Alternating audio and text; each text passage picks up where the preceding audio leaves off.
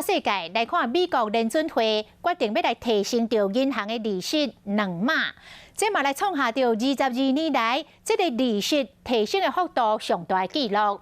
因为联准会嘛当时来宣布，6月7日开始，要甲当初因为疫情为着要来刺激着经济所压出去的资金，甲收回来。希望用这2大措施来压制着美国这40年来上界险恶的通货膨胀。结果真正应效，这个股市反应热烈，道琼指数大起932点。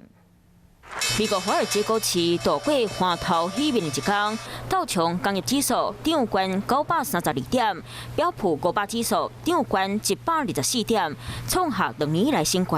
科技类的纳斯达克指数嘛升400多点。后美国股市大起的原因是美国联准会决议升2码，也就是0.5%，而且决定对6月7日开始启动收缩资产负债表，回收当初因为新冠疫情刺激美国经济所压出来资金。2大措施当作用，希望当压制美国40年来涨到真猛的通货胀关率。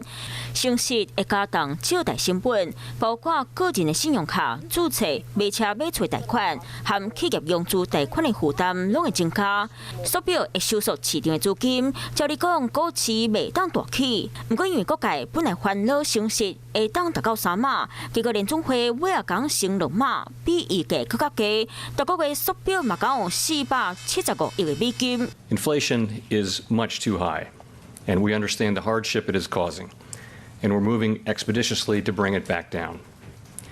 We have both the tools we need and the resolve that it will take to restore price stability on behalf of American families and businesses. 疫情了后，美国经济拢开始恢复，世界拢咧找人，头家薪水在开甲真悬，才当找到适合的员工。不过人员这物件含税出租金，赚的钱根本无够，后民众拢害惨。 Rents are rising across the country, up a record nearly 20% on average in 2 years. Double that in cities like Memphis, Tampa, and Riverside, California. But the Miami Palm Beach area tops them all at 58%, nearly 3 times the national average. So where does that put you? Puts me on the street. 民众升厝税、卖汽油、塞车去外地讨摊，厝贷款也未还完的厝头家是甲家己的厝份租出去，收租金来还贷款。亲像这户收14个厝卡，每一个人的空间差不多是一张眠床这么大张。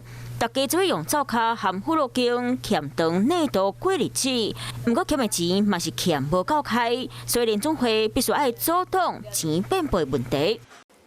嗨，我是映彤，记得订阅华视的 YouTube 频道，并且要开启小铃铛哦，站起来！